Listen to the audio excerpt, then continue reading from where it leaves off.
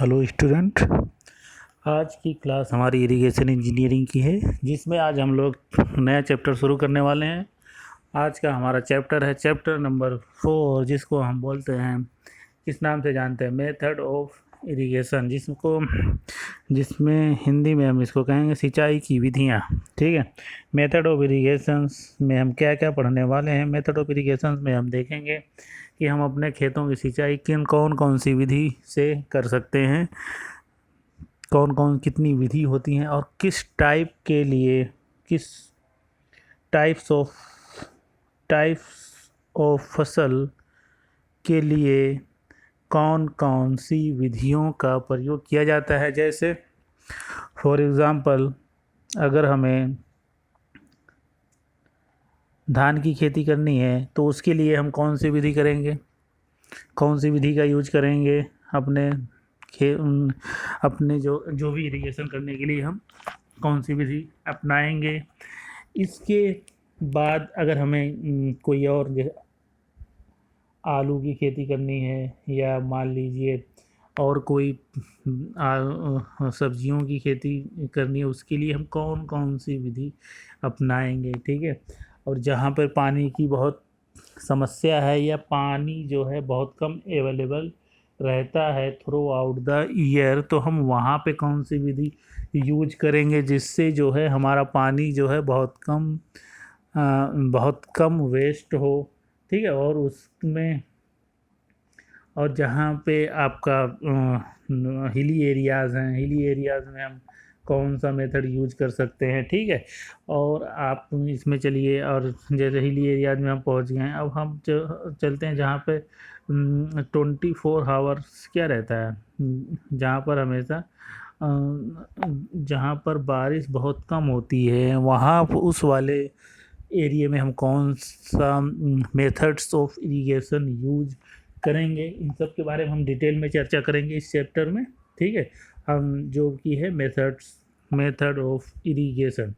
Method of irrigations को निम्नलिखित हम 4 पार्ट में डिवाइड करते हैं। सिंचाई की विधियां जो हैं हमारे इस चैप्टर में हम डिवाइड करेंगे कितनी, जिसमें है हमारा 4 टाइप में डिवाइड करेंगे। पहला हमारा सतही सिंचाई विधि, जिसको हम बोलते हैं सरफेस इरिगेशन।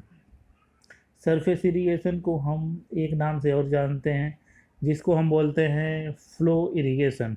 ठीक है, ये हो गया। और दूसरा है हमारा सब सरफेस इरिगेशन। सब सरफेस इरिगेशन, इसका मतलब ज़मीन के नीचे से पानी को जो है हम निकाल के उसका क्या करेंगे, यूज करेंगे। सब सरफेस का मतलब सरफेस से नीचे, मतलब ज़मीन के नीचे। ठीक है। अब हम छिड़काव या बौछार विधि, स्प्रिंग जिसको हम इंग्लिश में बोलते हैं स्प्रिंगलिंग इरिगेशंस, या ओवरहेड इरिगेशन। ठीक है, तीसरा हो गया। अब हमारे पास चौथा है। चौथे का नाम क्या है, टपकन या बूंद बूंद सिंचाई विधि, जिसको हम इंग्लिश में जानते हैं ड्रिप इरिगेशन के नाम से जानते हैं। ठीक है। अब हम जो हमने आज देखा है, सिंचाई की विधियां निम्नलिखित कितने टाइप्स की होती हैं, और उसमें हम सिंचाई की विधियों में क्यों अपनाते हैं, मतलब कौन सी विधि में क्या फ़ायदा होगा, और कौन सी फसल के लिए कौन सी विधि बहुत ही ज़्यादा हेल्पफुल होगी for growth of the plants. ठीक है। इसीलिए अब हम आगे देखेंगे। पहला जो हमारा है, क्या नाम है उसका, सरफेस इरिगेशन के नाम से हम जानते हैं, सरफेस इरिगेशंस। ठीक है, बहुत ही इम्पोर्टेंट से ये सरफेस इरिगेशन। सरफेस इरिगेशंस में आप क्या समझते हैं। हम जैसे सरफेस इरिगेशन का मतलब, आप जैसे ये हमारा कोई लैंड है, ठीक है, ये इसका सरफेस है। ठीक है। अब मान लीजिए पानी हमने कहीं से कैनाल से लिया, या जो भी हमने पानी कहीं से ले आए यहाँ ट्यूबवेल। अब पानी को हमने इसमें छोड़ना शुरू कर दिया। पानी जैसे हमने यहाँ पे छोड़ा, तो पानी जो है अपने आप फ्लो करके कुछ पानी इधर आएगा, कुछ पानी इधर जाएगा, कुछ पानी पानी जिधर भी ढलान पाएगा या जिधर भी जाना चाहेगा वो चला जाएगा। ठीक है, जिधर भी उसको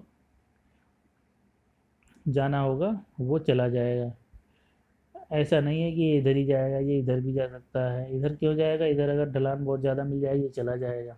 ये ठीक है, थोड़ा सा इधर कम होगा, इधर पहले इधर भरेगा, फिर इधर भरेगा, फिर आपका इधर भर जाएगा।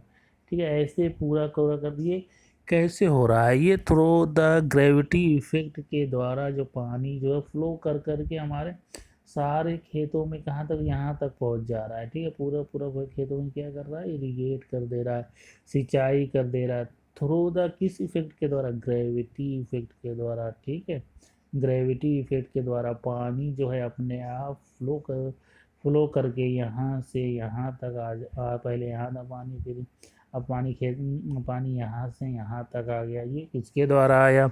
ये ग्रेविटी इफेक्ट के द्वारा आया। ठीक है, अब हम इसमें सरफेस इरिगेशन में थोड़ा सा देख लेते हैं। इस विधि में पानी गुरुत्व प्रवाह के कारण भूमि की सतह पर बहता हुआ पूरे खेत तक पहुंच जाता है।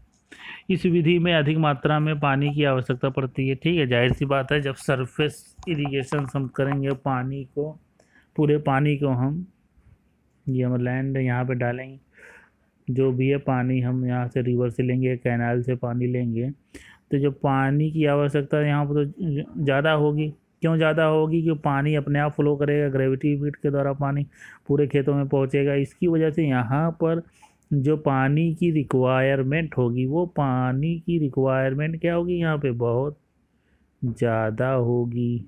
ठीक है, अब हम सतही सिंचाई के अंतर्गत निम्नलिखित विधियाँ आती हैं। अब हम देखते हैं सरफेस इरिगेशंस के अंदर कौन कौन सी विधि आती है। सरफेस इरिगेशंस के अंदर कौन कौन सी विधियाँ आती हैं, इसके बारे में डिटेल में चर्चा करते हैं। पहला क्या है? Flooding methods, flooding method. ठीक है, दूसरा क्या है? क्यारी या चक विधि, चक CHAK, क्यारी बना के जो हम करते हैं खेतों की। ठीक है, ये हमारा खेत है, इसको हम पानी मान लीजिए हम यहाँ से ले रहे हैं, अब हम यहाँ पे क्यारी बना देते हैं, 1 क्यारी 2 क्यारी, और खेत को हम कई टुकड़ों में डिवाइड कर देते हैं, जिससे अब पानी इस वाले से एरिया से यहाँ से आएगा, यहाँ से आएगा, यहाँ की जो एरिया होगी उसको ये क्या करेगा? इरिगेट कर देगा। ठीक है, क्यारी विधि। बेसिन मेथड भी बहुत अच्छा मेथड है। फ्यूरो मेथड्स, फिर इसके बाद कुंड सिंचाई जिसे हम बोलते हैं, फ्यूरो मेथड्स के नाम से जानते हैं। कंटूर मेथड, ये बहुत बड़ी एरिया में यूज किया जाता है। कंटूर मेथड हिली एरियाज़ में जनरली हम इसको यूज करते हैं। कौन सा मेथड? कंटूर मेथड को। ठीक है, अब आज हम लोगों ने क्या देखा था? मेथड्स ऑफ इरिगेशंस क्या होती हैं और इसके कितने टाइप्स के होते हैं। ठीक है, और सरफेस इरिगेशंस के अंदर कितने मेथड्स आते हैं, ये सब के बारे में आज हमने चर्चा की है। अब जो हमारी नेक्स्ट क्लास होगी उसके हम फ्लडिंग मेथड के बारे में डिटेल में चर्चा करेंगे।